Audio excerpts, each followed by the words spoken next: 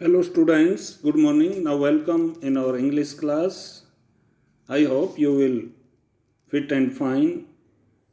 Now let's start our today's video.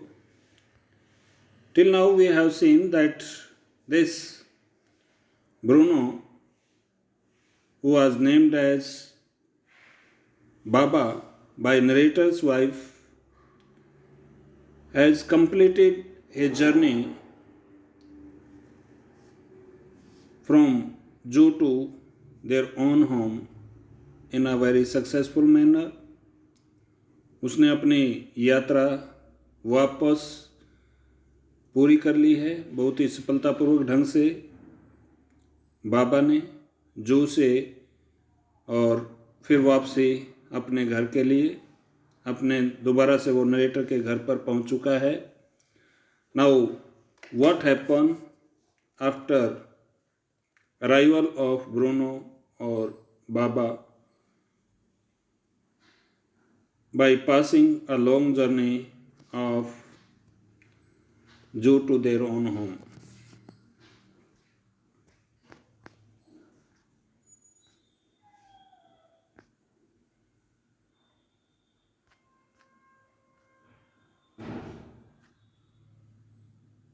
Now we have discussed till this video till this slide. Now next slide. Once home, a squad of coolies were engaged for special work in our compound.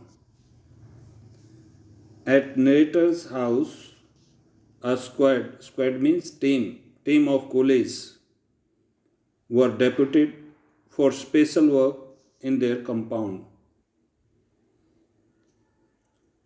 Narrator कहता है कि घर के अंदर जो है एक special team कुली की वो इंगेज की गई, लगा दी गई, डेप्यूट कर दी गई एक ख़ास काम के लिए उनके घर के आंगन के अंदर। An island was made for Baba, Baba के लिए एक विशेष किस्म का ये आइलैंड, इस तरह का आइलैंड बनाया गया। इस आइलैंड के चारों तरफ ये एक गहरी खाई खोदी गई और इस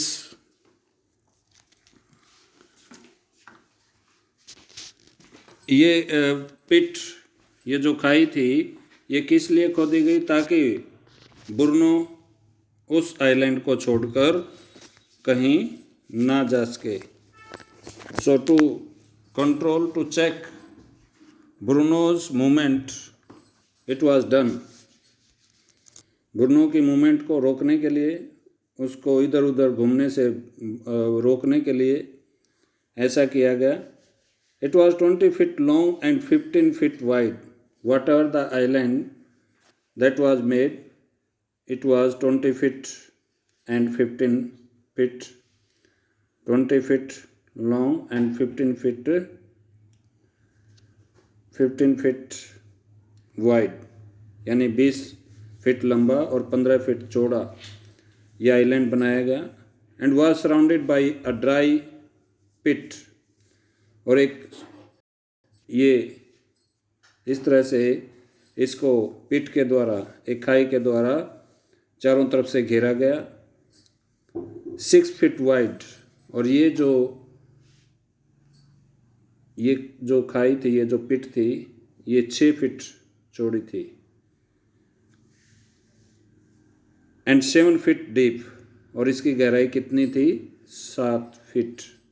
सो depth of the pit was 7 feet and width 6 feet. So this was the island which was prepared for that Baba, for that Bruno. ये टापू बनाया गया ब्रूनो के लिए ताकि वो वहाँ उसी टापू पर, उसी आइलैंड पर रह सके। And no movement could take place. Next, a wooden box that once house fowl was brought and put on the island for Baba to sleep in at night. A wooden box, एक लकड़ी का box जो है, जो रखा गया था wastage के रूप में, वो लकड़ी का बॉक्स वो लाया गया और इस आइलैंड पर रखा गया बाबा के लिए, ताकि बाबा यानी ब्रूनो रात को इसके अंदर सो सके। Straw was placed, straw here a word straw is there, straw was placed inside, यानी इसके अंदर घास फूस, सूखी घास, स्ट्रा होती है सूखी घास, उसको रखा गया इस बॉक्स के अंदर, ताकि ब्रूनो उस घास में अपने आप को गर्म रख सके। एंड हिज बेबी द नाल स्टम्प, यानी ब्रूनो बाबा खुद को और अपने बच्चे को, बच्चा क्या था जो लकड़ी के टुकड़े को वो बच्चे के रूप में इस्तेमाल करता था, बच्चे के रूप में लोगों को दिखाता था। जब ब्रूनो को कहा जाता था कि बच्चे को झुलाइए, तो वो लकड़ी के टुकड़े को हाथों में लेकर झुलाता था। अलॉन्ग विद हिज गन, और साथ में उसकी गन, ये भी एक लकड़ी का टुकड़ा, लकड़ी की कोई भी स्टिक, छड़ी, उसको वो गन के रूप में इस्तेमाल करता था। द पीस ऑफ बैम्बू, यानी बैम्बू बांस जो होता है उसका टुकड़ा, उसको वो गन के रूप में इस्तेमाल करता था। Both of which had been sentimentally preserved, sentimentally means भावनात्मक रूप से, इन दोनों को, preserve means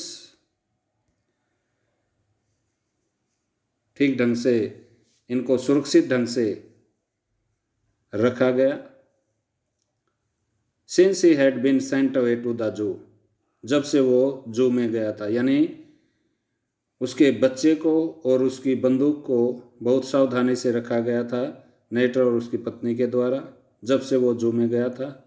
were put back for him to play with, और ये दोनों ही चीज़ें, जिन चीज़ों को सावधानी से रखा गया था, इनको दोबारा से वापस आइलैंड पर रख दिया गया ताकि वो उनके साथ खेल सके।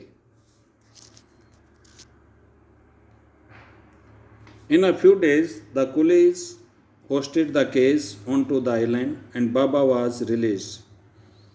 In a few days, और कुछ दिनों तक, the coolies hoisted the cage onto the island and Baba was released. और बाबा, ये क्या नाम है, जो कुली थे वो उस केज को लेकर आए और आइलैंड पर, और बाबा को आइलैंड पर छोड़ दिया गया, पिंजरे से रिलीज़ किया गया। ये रिलीज मीन मुक्त करना, पिंजरे से बाहर निकाला गया। He was dilated standing on his hind legs, और अपने पाँव पर खड़ा होकर वो बहुत ही खुश था। He pointed his gun and cradled his baby, उसने अपनी बंदूक जो है वो तान दी। पॉइंटेड मीन्स दूसरों पर तानना, निशाना लगाना। एंड क्रेडल हिज बेबी, और अपने बच्चे को उसने झुलाया हाथों में लेकर। My wife, whose wife, narrator's wife, spend hours sitting on a chair, narrator की पत्नी जो है वो घंटों बिताती थी एक चेयर पर बैठकर। कहाँ? आइलैंड पर।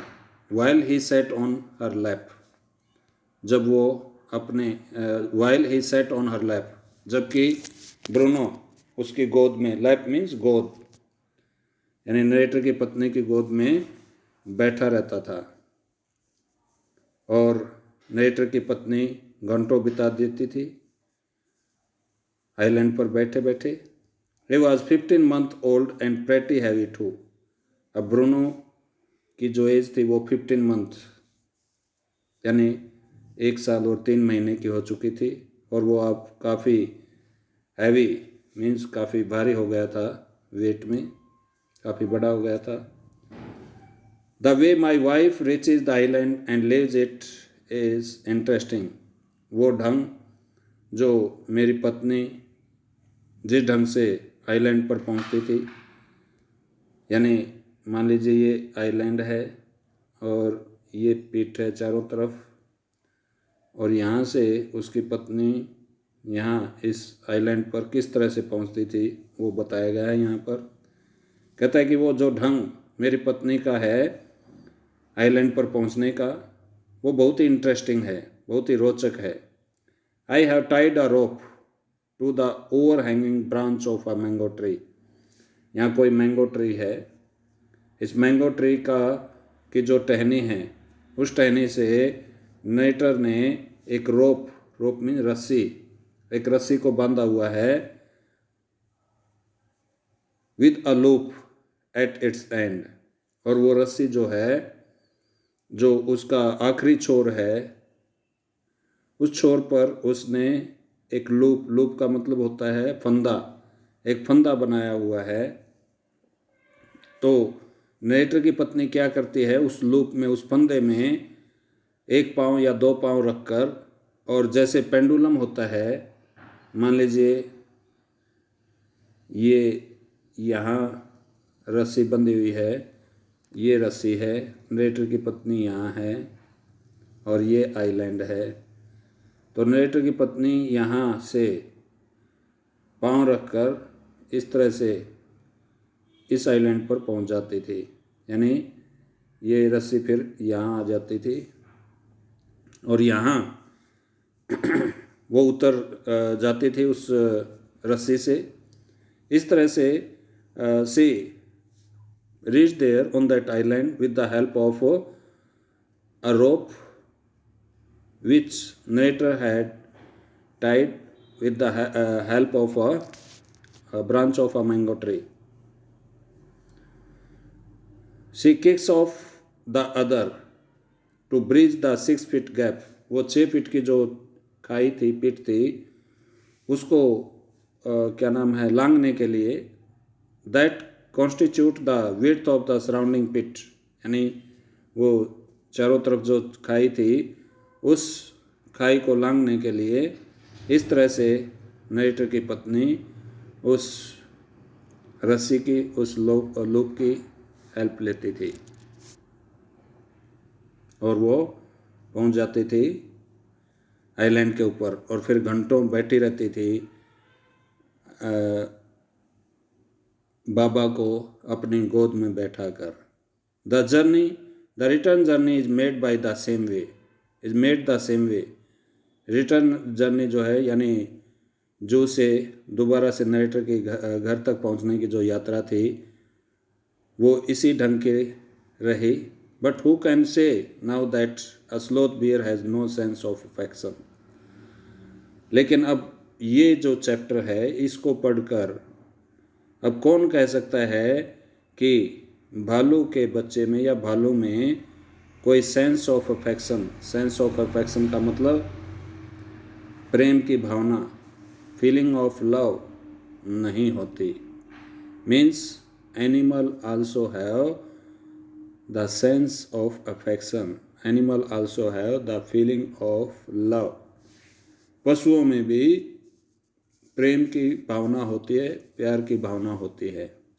No memory and no individual characteristic, यानी नहीं कोई ये कह सकता कि उनमें याददाश्त नहीं होती। क्यों नहीं कह सकता? क्योंकि when Baba saw narrator's wife from some distance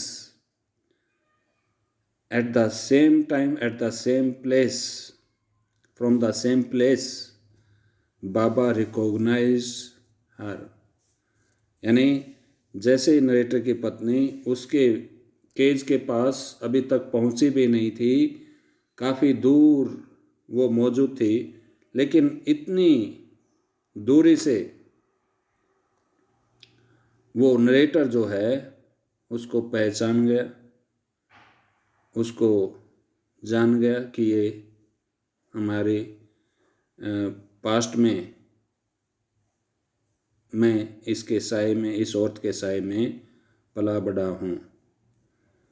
तो इन बातों से, इस घटना से, by the help of this incident we can say that animal also have sense of affection, animal also have lot of memory, and they also have individual characteristic which human being have.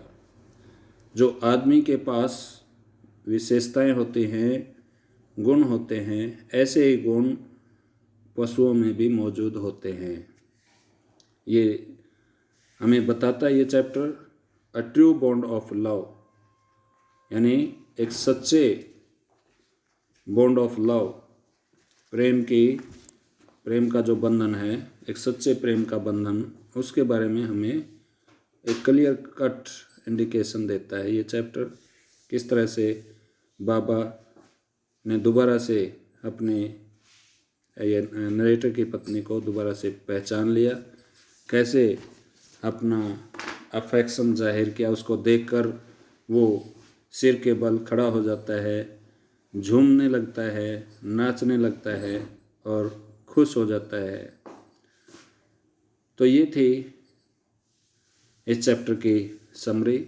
You will read the whole chapter and try to find out the question answer, and next video we shall discuss the question answer related to exercise of this chapter. Okay, thank you.